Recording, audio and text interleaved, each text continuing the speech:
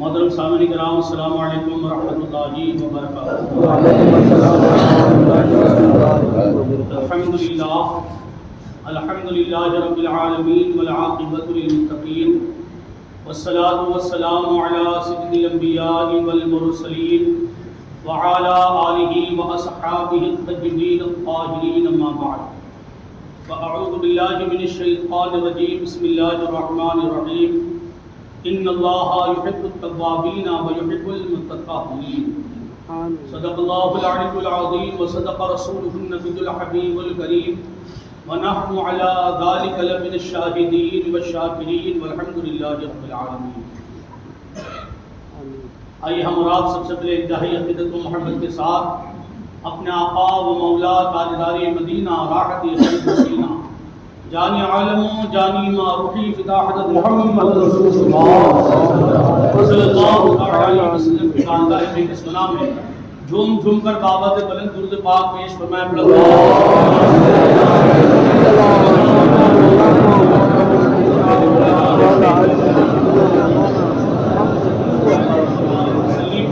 صلاۃ و سلام علیک یا رسول اللہ، صلاۃ و سلام علیک یا حبیب اللہ صلی اللہ علیہ وسلم۔ آج ایک بہت ضروری بات لے کر حاصل ہوا ہوں،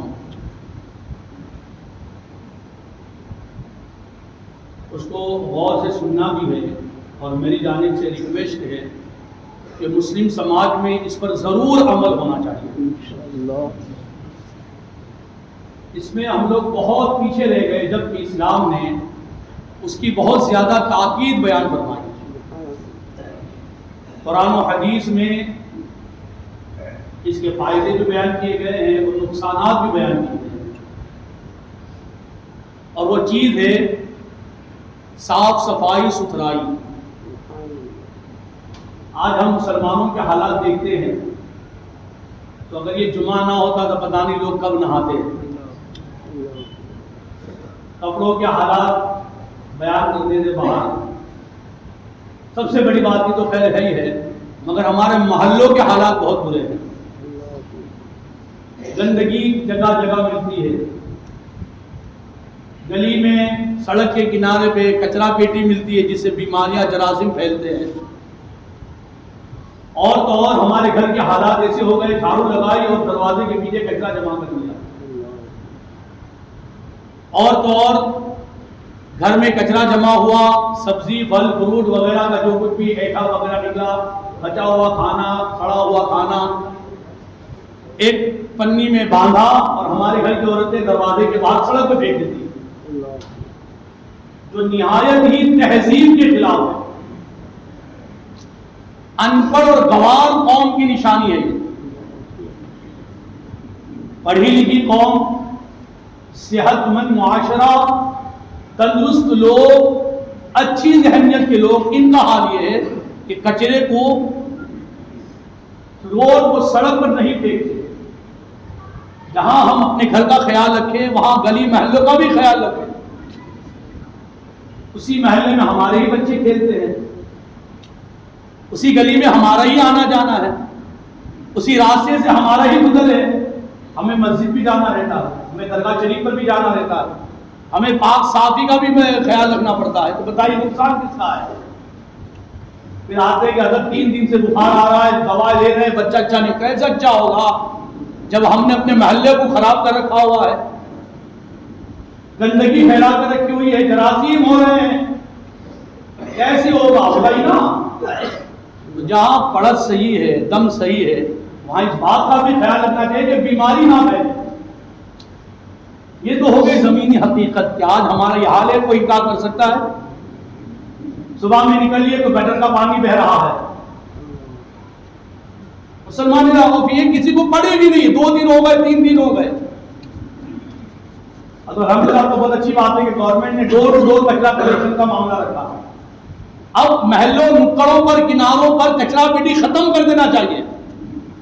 ڈسٹ بین بنائے، ہم اس میں جمع کریں، ڈسٹ بین کی تھیلیاں بھی ملتی ہیں دکانوں پر، یا ہمارے گھر میں بھی تھیلیاں ہوتی ہیں، اس کو سنبھال کر رکھیے، دن میں 1 بار 2 مرتبہ جب بھی وہ گاڑی آئی ہم نکڑوں پر، کناروں پر، محلوں میں اور راستوں پر گندگی نہ پھیلائے، وہاں کچرا پیٹی نہ بنائے، وہ ہمارے بچوں کو گزرنا ہے، وہ جراثیم ہمیں ہی لگیں گے، ہمارے بچوں کو لگیں گے. جو ڈور ٹو ڈور کلیکشن ہو رہا ہے ہمیں وہاں پر دینا. آج حالات یہ ہے کہ لوگ اسلام کو کتابوں سے نہیں مسلمانوں سے سمجھتے ہیں، جبکہ ہم قرآن و حدیث میں دیکھیں تو صاف صفائی کا بہت خیال رکھا گیا ہے، بڑی تاکید سے بیان فرمایا گیا ہے. مدر سرائی فرمائی صاف ستھرا رہنے والوں کے لیے. ابھی جو خطبے کے بعد میں نے آیت کریمہ تلاوت کی ہے، اللہ رب العزت ارشاد فرماتا ہے ان اللہ یحب التوابین ویحب المتطہرین، بے شک اللہ تبارک و تعالی توبہ کرنے والے اور پاک صاف رہنے والوں کو پسند فرماتا ہے. سبحان اللہ. تو پاک صاف ستھرا رہنا اللہ تعالیٰ کو محبوب ہے. جہاں نماز پڑھنا اللہ تعالیٰ کو پسند ہے، بندہ عبادت کرے اللہ تعالیٰ کو پسند ہے، وہاں یہ بھی ہے کہ بندہ صاف ستھرا رہے. اور یاد رکھیے صاف ستھرائی کا تعلق صرف لباس سے نہیں ہے، صفائی ستھرائی کا تعلق صرف جسم سے نہیں ہے، صفائی ستھرائی کا تعلق ہمارے گھر سے بھی ہے، ہمارے بستر سے بھی ہے. اور گھر میں آپ دیکھیے کچن میں بھی صفائی ستھرائی کا خیال رکھنا چاہیے. اور آگے بڑھیے ہم تو فریز، یہ بات نہیں کہ ایک چیز ہر چیز کھول کر بیان کی جائے. جہاں ہمارا معاملہ ہے، اٹھنا بیٹھنا ہے، جہاں ہماری نسبت ہے، جہاں ہمارا تعلق ہے، ہر اس جگہ کو صاف ستھرا رکھنا. اور بندہ جتنا صاف صفائی کا خیال رکھے گا اللہ تعالیٰ کی بارگاہ میں اتنا ہی مقبول اور محبوب ہوگا. ان اللہ یحب التوابین ویحب المتطہرین. آج ہمارے گھروں کے حالات ایسے، میں بھی بھائی معاشرے کا ہی ہوں نا، آپ کہیں گے سب کے گھر کے حالات کیسے معلوم؟ ہم بھی ہمارے گھر میں ہم بھی تو انسان ہیں نا، ہمارے بھی رشتے دار ہیں نا، ہمارے بھائی بہن ہیں نا، ہم بھی تو سب کے یہاں جاتے ہیں، سب کے حالات نہیں معلوم. فریز کا حال یہ 2-2 3 دن کی ترکاریاں پڑی رہی ہے، اس کا حالات یہ ہے کہ وہ ترکاری اور کیا جو ہے وہ سبزیاں وہ پڑی ہوئی ہے. پھر ہوتا کیا ہے، فنگس کی بیماری ہوتی ہے، جلد میں بیماری ہوتی ہے، چمڑی کی بیماری. کیوں نہیں ہوگی؟ جراثیم پیدا ہوگی. اسی فریز سے پھل فروٹ نکال کے ہم کھائیں گے، اسی فریز سے ہم پانی نکال کر پئیں گے، تو وہ جراثیم جائیں گے کہاں؟ وہی بوتل پہ لگیں گے، وہی نکل کر دوسری فروٹ پر لگیں گے. صاف صفائی کا خیال رکھا جائے کہ اس سے بیماریاں بھی دور ہوتی ہے اور اللہ تعالیٰ کی بارگاہ میں محبوبیت اور مقبولیت حاصل ہوتی ہے. چند صحابہ کرام کا حال یہ تھا کہ رات کو سوتے کو وہ وضو فرما کر سویا کرتے تھے. ان کا اہتمام تو اسی فضیلت بھی ہے. اللہ تبارک و تعالیٰ نے قرآن مجید میں ان کی مدح سرائی فرمائی ہے، ان کی تعریف فرمائی، ان کا ذکر فرمایا رجال فیہ رجال یحبون ان یتطہروا واللہ یحب المتطہرین. کہ ان میں یعنی کن میں؟ میرے محبوب کی صحابہ میں، حضور کے صحابہ میں، جماعت صحابہ میں رجال کچھ ایسے لوگ ہیں یحبون ان یتطہروا جو صفائی ستھرائی کو محبوب رکھتے ہیں. اللہ تعالیٰ نے تعریف بیان فرمائی اور فرمایا جب وہ صفائی ستھرائی کو محبوب رکھتے تو اللہ تعالیٰ فرماتا ہے واللہ یحب المتطہرین، اللہ تعالیٰ صاف ستھرا رہنے والوں کو پسند فرماتا ہے. حضور علیہ الصلوۃ والسلام کی ذات مبارکہ، آپ سیرت طیبہ پڑھیے، آپ علیہ الصلوۃ والسلام اتنے نفیس، اتنے پاکیزہ کہ دنیا نے آج تک ایسا نفیس، ایسی نفیس ذات نہیں دیکھی ہے، ایسے پاک صاف ستھرے رہنے والے آج تک نہیں دیکھے ہیں. وہ مفسرین مورخین فرماتے ہیں، سیرت نگار فرماتے ہیں حضور علیہ الصلوۃ والسلام کے جسم مبارک پر ایک مکھی نہیں بیٹھی ہے. مکھی گندگیوں پر بیٹھتی ہے، ہمارے جسموں سے بھی پسینہ نکلتا ہے، ہو سکتا ہے محل دھول نہ لگتی ہے، اس پہ کوئی آ جائے گندگی آ جائے تو مکھیاں بیٹھا کرتی ہے. حضور علیہ الصلوۃ والسلام کیونکہ میرے آقا صلی اللہ علیہ وسلم محبوبیت کے اعلیٰ درجے پر پائی تھے، اللہ کے محبوبین میں متطہرین بھی ہے، پاک صاف رہنے والے بھی ہے، تو سب سے اعلیٰ و ارفع محبوب میرے حضور کی طرح. تو ہم تو حضور علیہ الصلوۃ والسلام کی امتی ہے نا، آپ کا کلمہ پڑھنے والے ہیں. ہماری کامیابی، ہماری نجات اور ہماری بلندی کچھ اور نہیں، حضور کی اتباع آپ کو فالو کر رہی ہے. میرے آقا کے بارے میں ہم نے سنا، یہ پڑھا، یہ جانا کہ حضور کے جسم مبارک پر ایک مکھی نہیں بیٹھتی تھی. ہمیں بھی کوشش کرنا چاہیے، میں بھی لباس صاف ستھرا رکھوں گا. میں بھی اپنے بدن مبارک کو پاک صاف، اپنے بدن کو پاک صاف ستھرا رکھوں گا، اپنے بستر کو پاک صاف ستھرا رکھوں گا، اپنے گھر کو پاک صاف ستھرا رکھوں گا، اپنی گلی محلوں کو پاک صاف ستھرا رکھوں گا۔ سیدہ عائشہ صدیقہ رضی اللہ تعالی عنہا بیان فرماتی ہے، حضور رحمت عالم صلی اللہ علیہ وسلم گھر کے کاموں میں ہاتھ بڑھایا کرتے تھے۔ آج ہم یہ سمجھتے ہیں کہ گھر کا کام صرف عورتیں کریں، یا وہ صبح ہوتی ہے، وہ ناشتہ بناتی ہے، وہ پانی کا انتظام کرتی ہے، وہ برتن مانجتی ہے، وہ 2 وقت کا کھانا بناتی ہے، وہ بچوں کو تیار کرتی ہے، ان کے ٹیوشن کا خیال رکھتی ہے، ان کے مدرسے کا خیال رکھتی ہے، ان کی اسکول کا خیال رکھتی ہے۔ کیوں نہ ہم گھر کے چالے صاف کر دیں، کیوں نہ ہم بستر کی چادر ہی ڈھانپ دیں۔ اور یاد رکھیے، گھر کا چودھری، گھر کا وڈیل مرد ہوتا ہے۔ اگر مرد پاک صاف ستھرائی کا خیال رکھے گا تو گھر کے دوسرے اور لوگ بھی پاک صاف ستھرائی کا خیال رکھیں گے۔ مرد ہی سے ساری باتیں نکلتی، تو ہماری ذمہ داری ہے کہ ہم پاک صاف ستھرائی کا خیال رکھیں۔ آپ دیکھیے اسلام نے کتنی پاکیزگی کا حکم دیا ہے، کتنی تاکید فرمائی ہے۔ نماز دن میں کتنی مرتبہ ہے؟ 5 مرتبہ، اور نماز بغیر وضو کے ہے۔ مسجد میں جانا ہے، طرح طرح گھوم کر آئے ہو، بازار میں آئے ہو، مارکیٹ سے آئے ہو، دکانداری کر رہے، بزنس کر رہے ہیں، کچھ بھی کر رہے ہیں، پیر گندے ہوئے ہیں، چہرہ گندا ہوا ہے، ہاتھ میں لگا ہوا ہے، رک جاؤ، پہلے صاف صفائی کرو۔ اور نماز کی ایک شرط کیا ہے؟ طہارت۔ طہارت، صاف ستھرائی، بدن بھی پاک ہو، صاف ستھرا ہو۔ لباس بھی اللہ تبارک و تعالیٰ ارشاد فرماتا ہے جب مسجد کے لیے جاؤ تو زینت اختیار کرو، یعنی نماز کے لیے جاؤ تو زینت اختیار کرو، یعنی میلے کچیلے کپڑے پہن کے نہیں جانا ہے۔ جگہ جگہ صاف ستھرائی کا حکم دیا گیا ہے، جگہ جگہ پاکیزگی کا بیان کیا گیا ہے۔ آپ دیکھیے قرآن مجید ہے، قرآن مجید ہم ہر حالت میں ہوتے ہیں، لیکن حکم ہوا رک جاؤ، قرآن شریف سننا ہے نا، ایسے نہیں، لا یمسہ الا المطہرون، یہ پاک ذات کا کلام ہے۔ اللہ طیب یحب الطیبون، اللہ تبارک و تعالیٰ طیب ہے اور طیب رہنے والوں کو پسند فرماتا ہے۔ حدیث مبارکہ، لہذا اب کیا ہوگا؟ رکو بھی، لا یمسہ الا المطہرون، یہ وہ عظیم الشان کتاب ہے، وہ عظیم الشان کلام ہے جس کو کوئی نہیں چھو سکتا سوائے باوضو لوگ۔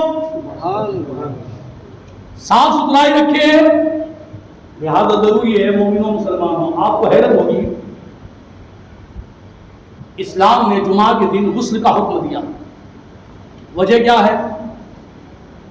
اس زمانے میں لوگ کھیتیاں کر رہے ہیں، ہم تو شہر میں رہتے ہیں، آج بھی گاؤں میں کھیتیاں ہوتی ہیں، وہاں بھی کہتے کہ جمعہ قائم ہے، تو اب کھیتوں میں ڈوب کر آ گئے، پسینہ میں آ گئے، اب لوگ جمع ہوئے، ایک دوسرے کی بدبو سے لوگ پریشان ہو رہے ہیں۔ حکم ہوا جمعہ کا دن ہے، لوگوں میں جانا ہے، جمع ہونا، ایسا نہیں ہو کہ آج جمعہ کا دن ہے غسل کرنا سنت رہے گا۔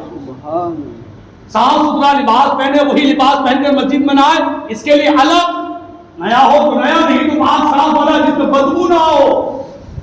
حضرت عمر فاروق رضی اللہ تعالیٰ عنہ کے دور خلافت میں سیدنا عثمان غنی رضی اللہ تعالیٰ ایک مرتبہ بغیر غسل ایسی حالت میں جو تھے، اسی حالت کا مسجد میں تشریف لے آئے۔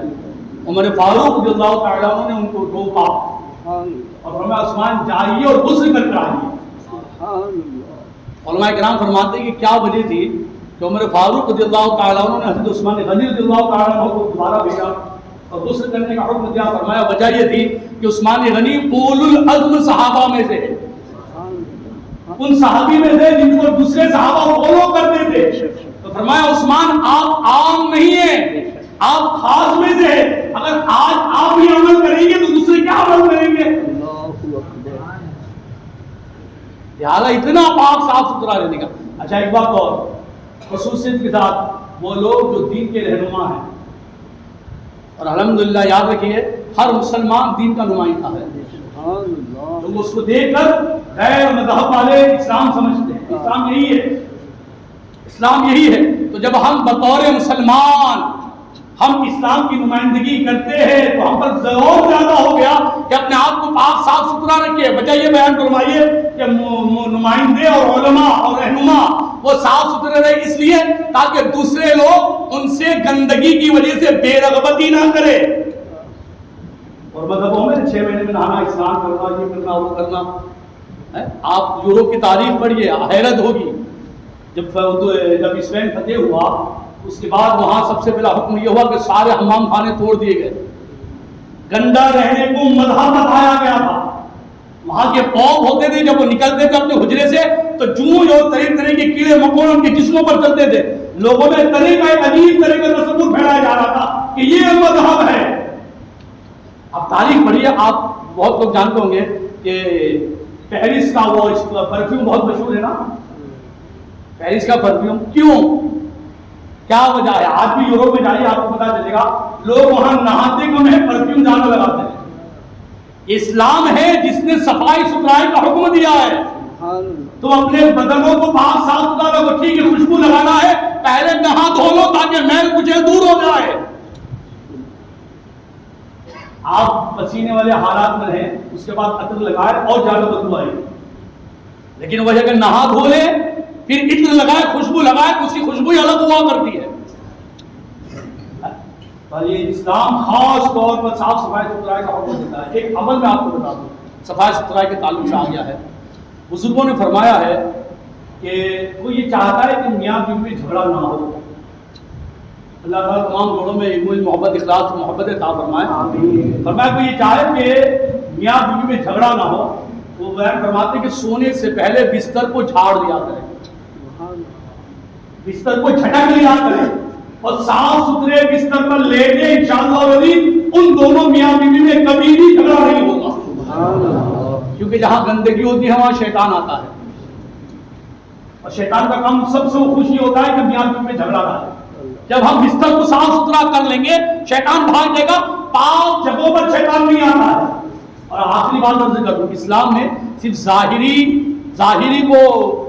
حالت کو پاک صاف کرنے کا حکم نہیں دیا, باطن کو بھی پاک صاف کرنے کا حکم دیا. فرمایا قد افلح من تزکا, کامیاب ہوا وہ جس نے اپنے من کو صاف کیا, اپنے باطن کو صاف کیا, اپنے اندر کو صاف کیا. اب آخری بات اور عرض کر دوں, کیسے پتا چلے کہ اس کا من کتنا صاف ہے, کتنا دل کس کا صاف ہے؟ تو صوفیاء فرماتے ہیں جس کا ظاہر جتنا صاف ہوگا اس کا باطن اتنا زیادہ صاف ہوگا, کیونکہ ظاہر باطن کی عکاسی کرتا ہے, اس کو اس کی صورت کو بتاتا ہے. لہذا اے مسلمانوں, اے میری قوم, بڑی دل لگی سے, بڑی گہرائی سے, دل کی گہرائی کے ساتھ بات پیش کی ہے. خدارا ہم اپنے گھر کی صفائی کا خیال رکھیں, اپنے لباس کا خیال رکھیں, اپنے بچوں کو صاف صفائی ستھرائی سکھائیں, اپنے خصوصاً اپنے گلی محلہ میں صاف صفائی کا خیال رکھیں, اور کیڑا کرکٹ ہرگز پوٹلی بنا کر روڈ پر نہ ڈالے, بلکہ یہ گاڑی آتی ہے روڈ کلیکشن چلتا ہے, ہم اس میں ڈالنے کی کوشش کریں کہ اس میں ہمارے لیے روحانی, یاد رکھیے صاف صفائی تو روحانیت بڑھتی ہے, اللہ رسول اس سے پسند فرماتے ہیں. تو اللہ تبارک تعالیٰ کی بارگاہ میں دعا ہے کہ مولا کریم ہمیں دین اسلام کی تعلیمات کو سمجھنے کی توفیق اور اس پر عمل کرنے کی توفیق عطا فرمائے. آمین آمین بجاہ نبی کریم صلی اللہ تعالی علیہ وسلم. زندگی سنت باقی ہے اور سنت ادا کریں. السلام علیکم.